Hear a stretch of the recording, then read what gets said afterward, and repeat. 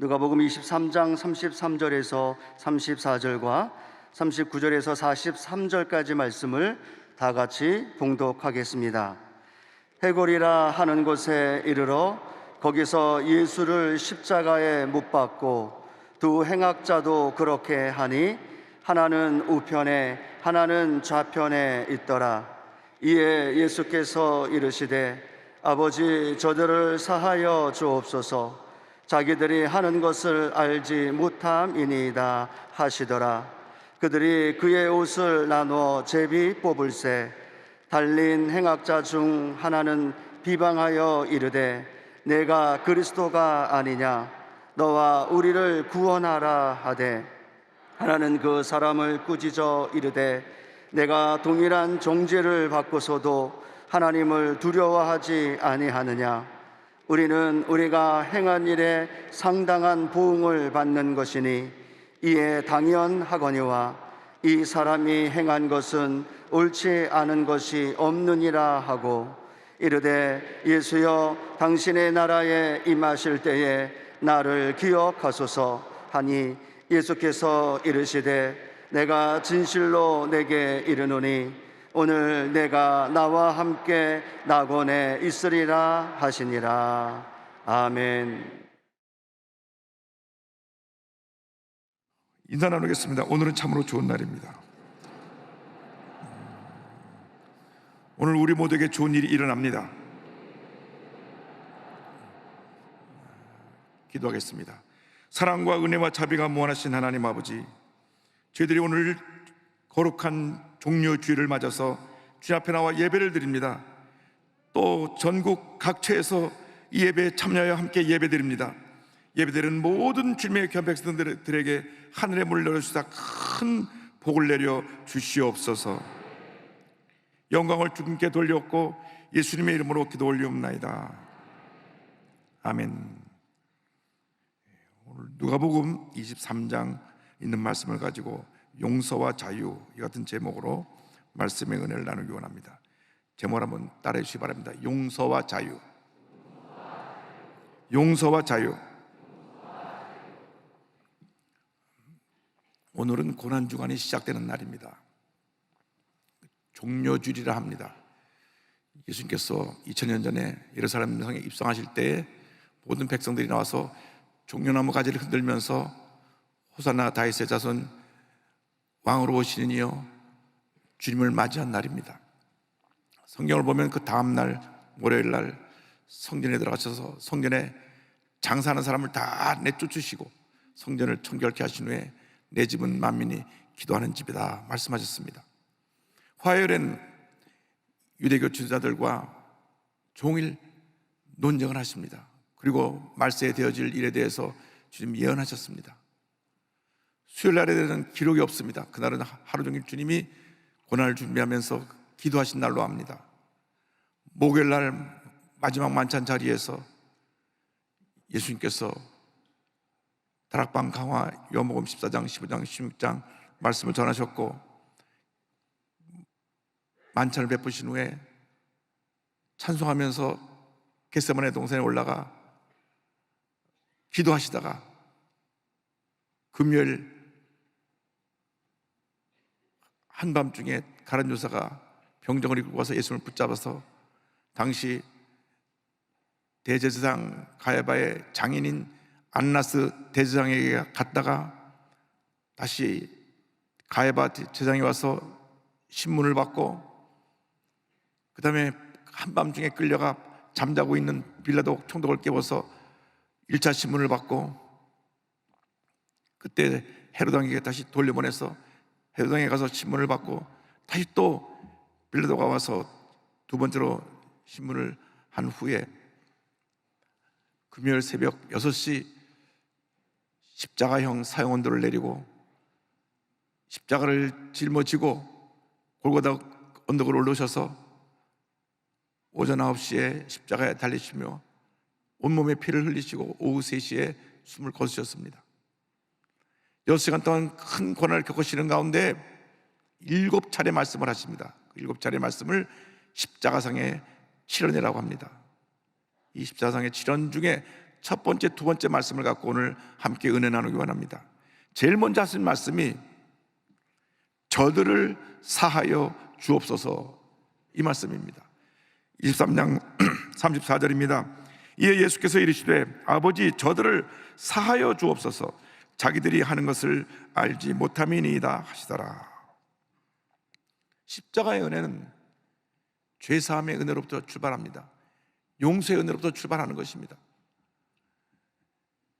우리가 일생 살면서 가장 잘 못하고 있는 것이 용서입니다. 그런데 주님은 우리의 연약함을 아시고 십자가에서 용서에 대해서 선포하신 것입니다. 죄 없으신 예수님이 십자가에서 피로 돌아가신 것은 우리 죄를 용서하시고 우리를 하나님께로 인도하기 위해서 십자가 달려 돌아가신 것입니다. 에베소 1장 7절은 말씀합니다. 우리는 그리스도 안에서 그의 풍성함을 따라 그의 피로 말미암아 속량 곧 죄사함을 받았느니라. 죄인인 우리가 죄사함 없이 하나님께 나아갈 수가 없습니다. 우리는 죄덩어리입니다. 죄 가운데 태어나서 죄 가운데 살다가 죄 가운데 죽어가는 절망적인 존재입니다. 이 죄의 문제를 해결해 줄 사람은 아무도 없습니다. 이러한 죄를 대신하여 모든 죄를 짊어지고 예수님이 십자가에 달리신 것입니다. 십자가에 달리셔서도 제일 먼저 하신 말씀이 자기를 십자가에 못 박는 사람들을 용서한 것입니다. 대제사장, 바리새인, 사두개인, 서기관, 당시 종교 지도자들, 빌라도, 총독, 또 며칠 전만 해도 다윗의 자손 예수여 손들었다가 자기 뜻이 이루어지지 않으니까 예수님을 배반하고 등을 돌린 수많은 군중들, 그들을 다 용서하셨습니다.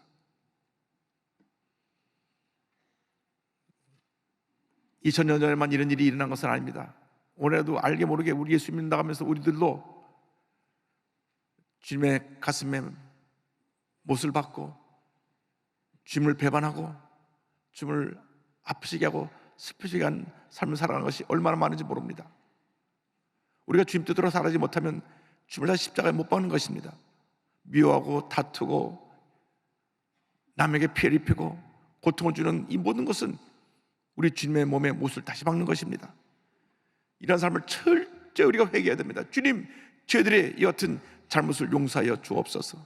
예수님은 아무런 조건 없이 무조건 우리를 사랑하고 용서해 주셨는데 우리는 나밖에 몰라서 나에게 가끔 해를 입힌 사람에게 더 많은 보복을 해야 되고 해를 입혀야 되는 그러한 이기적인 삶을 살았습니다. 용서하여 주옵소서. 철저히 회개해야 됩니다. 요한일서 1장 9절입니다. 만일 우리가 우리 죄를 자백하면 그는 미쁘시고 의로우사 우리 죄를 사하시며 우리를 모든 불의에서 깨끗하게 하실 것이요. 회개할 때 하나님과의 관계가 회복되는 것입니다. 우리는 예수님 십자가로 말미암아 크고 작은 모든 죄를 다 용서받았습니다. 이렇게 용서받은 우리들이 용서하지 못하고 산다고 하면 우리는 부끄러운 신앙생활을 하고 있는 것입니다. 성경 어디에도 너를 괴롭힌 사람을 끝까지 용서해 주지 말고 피해를 입은 대로 다 보복하라는 말씀은 없습니다. 구약의 율법에는 율법의 형벌이 있는 것이지만 이제 예수님 십자가 돼서 올리는 후에는 우리가 그 사랑과 용서에서 하나님의 자녀가 되었기 때문에 서로가 서로의 허물을 용서하고 이해하고 품고 화목하며 지내야 되는 것입니다. 그래서 예수님께서 예배드리러 가다가 누구하고 원망생일 있으면 먼저 가서 화해하고 와서 예배를 드리라고 말씀하셨습니다.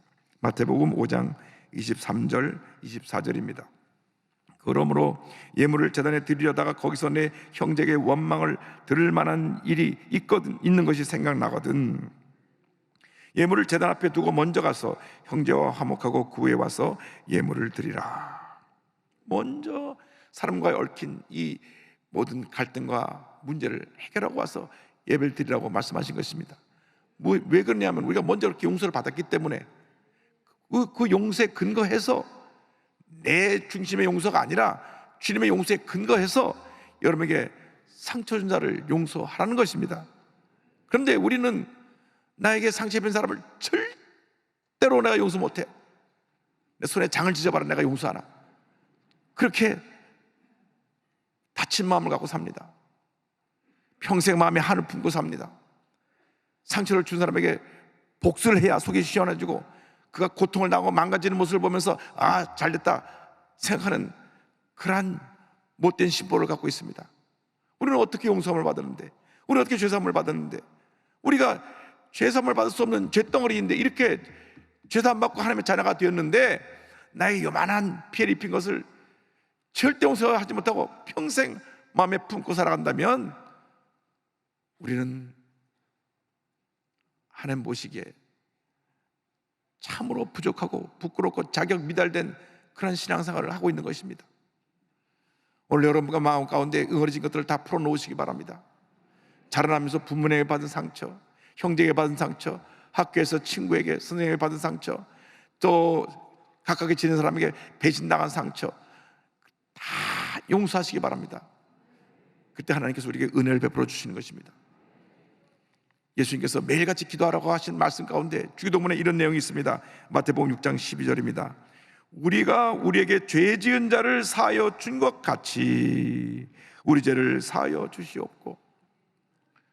우리가 죄를 자꾸 짓는데 예수님께서 죄를 짓지 않습니까? 그 죄를 용서함 받으려면 먼저 우리가 우리에게 죄 지은 사람을 용서해 주고 난 다음 우리를 용서해 달라 그렇게 기도하라고 주님 가르쳐 주셨습니다. 나는 용서하지 못하면서 나 혼자만 이기주의가 돼서 나만 용서해 주옵소서, 저 사람 벌받아 맞다고 쌉니다, 나만 용서해 주옵소서, 이것은 잘못된 신앙입니다.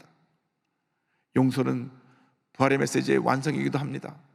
부활절날 저녁에 문을 닫고 두려워 떨고 있는 제자들에게 예수님 나타나셔서 말씀하십니다. 요한복음 20장 23절입니다. 너희가 누구의 죄든지 사하면 사하여질 것이요 누구의 죄든지 그대로 두면 그대로 있으리라 하시니라. 하나님께서 우리에게 주신 용서는 우리에게 참된 자유함을 줍니다. 이제 우리가 용서의 능력을 가지고 용서하며 살아야 됩니다. 용서를 실천할 때 하나님의 놀라운 은혜와 축복이 임하게 되는 것입니다. 그래서 제일 먼저 하신 말씀이 용서에 대한 말씀을 하시고 그 두 번째로 하신 말씀이 구원의 은혜에 대해서 우리에게 주신 말씀입니다. 누가복음 23장 43절입니다. 예수께서 이르시되 내가 진실로 내게 이르노니 오늘 내가 나와 함께 낙원에 있으리라 하시니라. 예수님 십자가 달리실 때 가장 흉악한 두 강도가 사형 언도를 받고 십자가 사형틀에 매달렸습니다. 당시 사형의 여러 종류가 있는데 아주 극악무도한 죄를 지은 흉악범들은 십자가에 달려서 며칠 동안 고통을 당하며 죽음의 고통을 최대한 연장시켜 죽여서 십자가의 최고의 형벌이었습니다. 뭐 참수형도 있고 여러 가지 사형의 제도가 있는데 두 사람은 얼마나 큰 죄를 졌는지 예수님 죄 없이 매달리셨지만 두 사람은 죄덩어리로 매달린 것입니다. 처음에는 두 강도가 똑같이 예수님을 욕했습니다. 마태복음 20장 44절입니다. 함께 십자가에 못 박힌 강도들도 이와 같이 욕하더라. 그런데 한편 강도는 계속 예수님을 욕했지만은 다른 한편 강도는 예수님을 가만히 주목해 보다가 예수님이 자기를 십자가에 못 박힌 사람을 용서하는 모습을 보고 큰 감동을 받았습니다. 도대체 저는 누구길래 자기를 십자가에 못 박은 사람을 용서할 수가 있는가? 정말 저번에 소문에 듣던 메시아가 맞구나, 구세주가 맞구나. 그래서 예수님에게 욕하는 강도를 꾸짖습니다. 23장 40절 41절입니다. 하나는 그 사람을 꾸짖어 이르되 내가 동일한 정죄를 받고서도 하나님을 두려워하지 아니하느냐? 우리는 우리가 행한 일에 상당한 복을 받는 것이니 이에 당연하거니와 이 사람이 한 것은 옳지 않은 것이 없느니라 하고 오히려 꾸짖었습니다. 너는 나와 똑같이 죄를 지어서 죽어야 마땅한데 이분은 죄 지은 것이 없는데 저렇게 돌아가시게 된 것을 왜 너희들이 비난하느냐고, 내가 비난하느냐고 그를 꾸짖은 것입니다. 그리고 예수님께 간청합니다. 42절입니다. 이르되 예수여 당신의 나라에 임하실 때 나를 기억하소서 하니.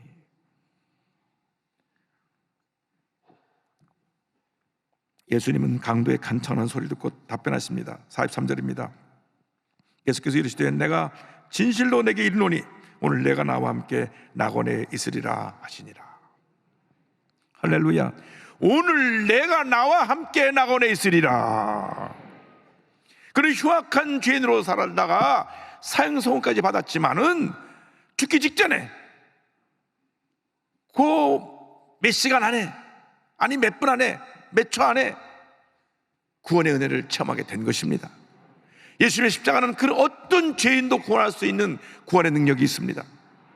하나님께서 세상을 이처럼 사랑하셔서 독생자를 보내주셨습니다. 예수를 믿기만 하면 누구든지 구원받고 하나님의 자녀가 되는 것입니다. 요한복음 3장 10절이 성경 전체 요절입니다. 다 고백하겠습니다.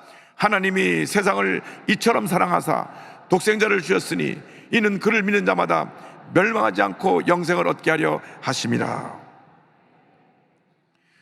구원의 유일한 조건은 예수님을 믿는 것입니다. 십자가 달린 예수님을 바라보고 믿음으로 나의 구세주로 고백하게 될 때 그는 그 즉시 구원받고 하나님의 자녀가 되는 것입니다.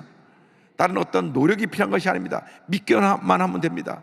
예수님만이 유일한 구원의 길이기 때문에 예수를 믿는 자에게 구원의 문이 열리는 것입니다. 다른 길이 없습니다. 다른 어떤 종교도 우리에게 참된 길을 제시해 주지 못합니다. 신천지는 잘못된 대로 가는 길입니다. 예수 믿다가 굴로 빠진 불쌍한 영혼들을 우리가 구원해 내야 되는 것입니다. 아직도 30만이나 거의 갇혀 있다고 하는데 빠져나오려고 해도 빠져나오기 쉽지가 않다고 합니다. 어떻게 하든지 그들을 변화시켜서 주님께로 인도해야 되는 것입니다. 예수님만이 우리의 길이 되시고 우리의 진리가 되시고 우리의 생명이 되시는 것입니다. 사형 선고받고 십자가 달던 이 강도가 구원을 받을 수 있게 된 것은 구원의 길이신 예수님을 믿고 의지했기 때문인 것입니다. 예수를 믿기만 하면 놀라운 은혜가 임합니다. 요한복음 14장 6절에 말씀하십니다. 예수께서 이르시되 곧 내가 길이요 진리요 생명이니 나로 말미암지 않고는 아버지께로 올 자가 없느니라. 할렐루야. 내가 아무리 선한 일 많이 했다고 할지라도, 내가 많은 업적을 쌓고 높은 권력자 위치에 있다고 할지라도 예수를 믿지 않아야 하면 천국에 들어갈 수가 없습니다. 많이 배웠든지 못 배웠든지 부자이든지 가난한 사람이든지 몸에 지체가 있는 장애우인지 건강한 몸을 갖든지 누구든지 예수를 믿기만 하면 차별하지 않고 남녀노소 빈부귀천 차별하지 아니하고 예수를 믿는 자가 구원을 받게 되는 것입니다. 로마서 10장 13절입니다. 누구든지 주의 이름을 부르는 자는 구원을 받으리라. 누구든지 기독교는 누구도 차별하지 않습니다. 자꾸 차별 금지법을 만든다 그러는데 그것은 오히려 역차별법입니다. 우리는 누구도 차별하지 않습니다. 예수를 믿기만 하면 구원을 받고 하나님의 자녀가 되는 것입니다. 이 세상 살아가는 동안에 가장 귀한 것이 예수 믿고 하나님 자녀로 살아가는 것입니다. 믿음의 사람이 되는 것입니다. 여러분 감사하며 사시기 바랍니다. 나 같은 죄인을 구원해 주신 은혜를 감사합니다. 한평생 감사하고 또 감사하고 또 감사하며 살게 하여 주시옵소서. 그렇게 되면 우리에게 어떤 은혜가 임하느냐, 남을 용서할 수 있고 내 마음속에 있는 모든 얽매여서 자유를 받는 은혜를 누리게 되는 것입니다. 예수님께서 죽기 직전에 예수를 믿었던 강도에게 이와 같이 말씀하십니다. 43절에 예수께서 이르시되 내가 진실로 내게 이르노니 오늘 내가 나와 함께 낙원에 있으리라 하시니라. 예수를 믿는 순간 낙원, 천국의 복을 주시는 것입니다. 천국은 하나님이 다스리시는 나라입니다. 인간이 다스리는 나라는 늘 갈등이 있고 문제가 있고 아픔이 있고 절망이 있고 고통이 있지만 주님의 나라는 눈물도 근심도 걱정도 괴로움도 사망도 없고 영원한 기쁨과 평안함이 있는 나라입니다. 그 나라에 우리가 들어가는 것입니다. 로마서 14장 17절을 말씀합니다. 하나님의 나라는 먹는 것과 마시는 것이 아니요 오직 성령 안에 있는 의와 평강과 희락이라. 할렐루야. 예수 믿고 구원받으면 이 천국을 다 소유하게 됩니다. 죽어서 천국 가는 것뿐이 아니라 이 땅에 살아있는 동안 내 마음에 심령 천국이 이루어지는 것입니다. 내 마음에 심령 천국이 이루어지기 때문에 내 주 예수 계신 것이 그 어디나 하늘나라인 것입니다. 아직도 내 마음이 불안하고 염려하고 있고 걱정이 많으면 기도하십시오. 주님, 내 마음에 심령 천국이 이루어지게 하여 주시옵소서. 내 마음을 주님이 다스려 주셔서 한 번뿐 인생 살아간 동안 기뻐하고 즐거워하며 참된 자유함을 느끼며 살아갈 수 있게 하여 주시옵소서. 그래서 예수님께서 그 강도에게 오늘 바로 이 순간 이후로 내가 나와 함께 낙원에 있게 될 것이라고 말씀하신 것입니다. 예수를 믿는 순간 내 마음의 심령 천국이 이루어져서 영혼 육에 큰 은혜와 축복과 기쁨이 다가오는 것입니다. 참된 자유함을 누리며 살아갈 수 있게 되는 것입니다. 요한복음 8장 32절에 예수님 말씀하셨습니다. 진리를 알지니 진리가 너희를 자유롭게 하리라. 어떤 결박이 여러분을 괴롭히고 있습니까? 질병의 결박, 이웃과의 다툼의 결박, 미움의 결박, 가난과 저주의 결박, 분노의 결박에 매여 있습니까? 예수 안에서 다 풀어버리고 참된 자유함을 누리며 기쁨 감사로 살아가는 여러분 모두가 되기를 바랍니다. 여러분, 예수 믿고 우리가 기쁨으로 살아야 됩니다. 감사하며 살아야 됩니다. 한 번뿐인 인생인데 그렇게 걱정하고 속상해하고 상처받고 미워하고 원망하고 분노하고 다투고 살아가면 그 인생이 무엇입니까? 올해 103세 되신 김현석 교수님이 늘 그러시더라고요. 인간의 진정한 행복은 마음 행복에서 온다. 마음 행복. 그 마음의 행복을 예수님이 주신다. 할렐루야. 여러분, 예수님 여러분 마음 가운데 모시고 있지 않습니까? 그러면 여러분들이 100세가 돼도 120세가 돼도 기쁘고 행복하게 살아갈 수 있게 되는 것입니다. 왜 우리가 우리 마음 하나 다스리지 못하고 분노하고 다투며 절망하며 살아가고 있습니까? 오늘 이 시간 십자가 밑에 모든 미움과 분노를 다 내려놓으시기 바랍니다. 참된 자유함을 누리는 여러분 되시기를 주님으로 축원합니다. 정말 말할 수 없는 고난 가운데서도 심령 천국을 이루고 하루하루를 살아가고 있는 세상에서 가장 아름다운 사람이라 불리는 조셉 소넨버그를 소개하기 원합니다. 1979년 9월 달에 조엘 소넨버그와 그의 가족이 해변으로 주말 여행을 떠났습니다. 톨게이트 앞에 서 있는데 대형 큰 트럭이 뒤에서부터 브레이크를 밟지 않고 막 돌진해 와서 차 몇 대가 날아가고 마지막 이 차를 팍 접어가서 차가 불길에 휩쓸렸습니다. 그래서 그 찌그러진 차체를 열고 어른들이 간신히 빠져나왔는데 거기 유아용 보조사석에 시벨 타고 묶여있던 20개월짜리 조엘은 거기에서 불덩어리 속에 있어서 갇혀 있었습니다. 어떤 한 용감한 청년이 가서 불구덩에서 이 아이를 꺼냈는데 전신 85%가 3대 화상을 입었습니다. 자동차 안에서 말 그대로 숯덩어리가 되고 말았습니다. 손가락, 발가락이 다 없어지고 코, 입, 귀, 눈꺼풀도 다 타서 사라지고 말았습니다. 응급차에 실려온 아이를 보고 의사가 말합니다. 살아날 확률은 10%도 되지 않습니다.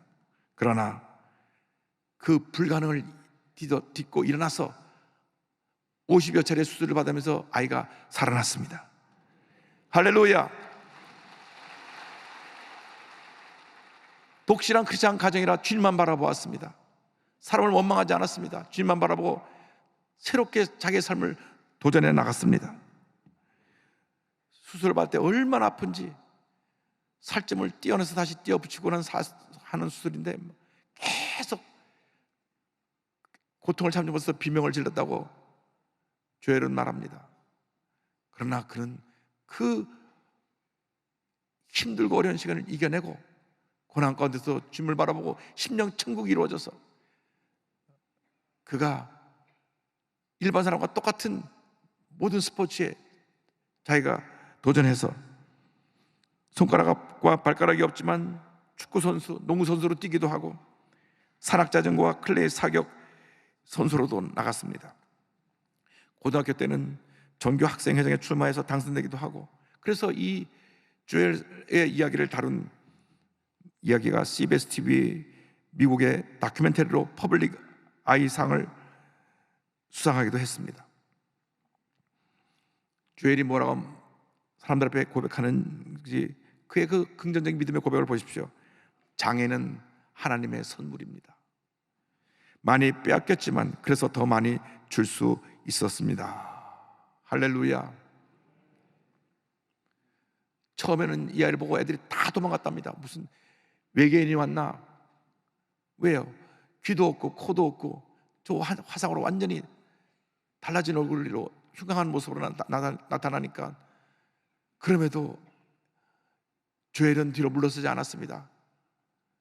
그들과 어울렸습니다. 특수학교 가기를 거절하고 아이가 똑같이 어울리면서 더 열심히 공부하고 더 열심히 나가서 운동하고 해서 사람들의 칭찬과 존경을 받게 된 것입니다. 그 모진 고통 속에서도 희망의 메시지를 전했습니다. 10년 천국이 이루어지면 이 같은 은혜가 임하게 되는 것입니다. 그런 대학도 졸업을 하고 평시도 선교사와 같이 온 세계를 다니며 그가 만난 예수님을 간증하고 있습니다. 그런데 그 사고를 낸 트럭 운전사가 캐나다로 도망가 있다가 18년 만에 잡혀왔습니다. 잡혀왔는데 법정에 조엘을 불렀습니다. 조엘이 나가서 울면서 그 간증한 이야기가 온 법정을 울렸습니다. 먼저 재판장이 저 사람에게 벌을 주기 원하니까 벌을 주는 걸 원치 않습니다. 이렇게 말했습니다. 나는 증오심으로 인해 인생을 허비하지 않을 것입니다. 증오가 또 다른 고통을 낳을 것이기 때문입니다. 오히려 하나님의 조건 없는 무한한 사랑 가운데 휩싸일 것입니다. 할렐루야.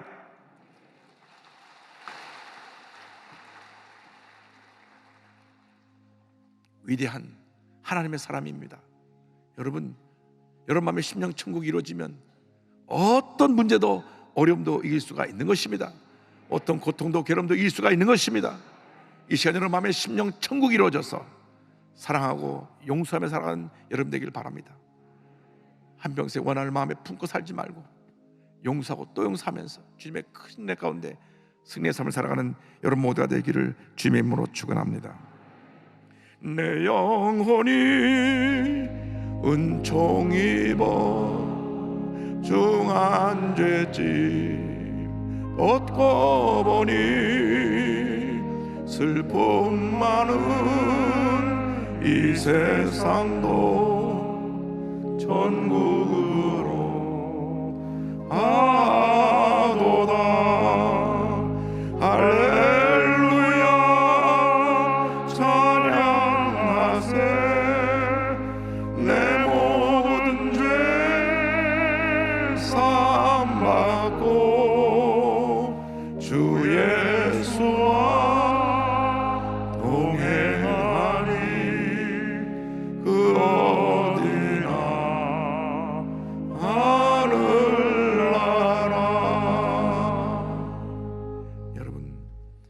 여러분 너무나 큰 은혜를 주님께 받았습니다. 이제 사랑하고 용서하며 살아가십시다. 나 같은 죄인이 이렇게 구원받아 복덩어리가 됐으니 이 받은 은혜와 사랑을 우리 주변에 있는 모든 사람에게 나눠주며 살아가는 여러분 모두가 되기를 주님의 이름으로 축원합니다. 기도하겠습니다.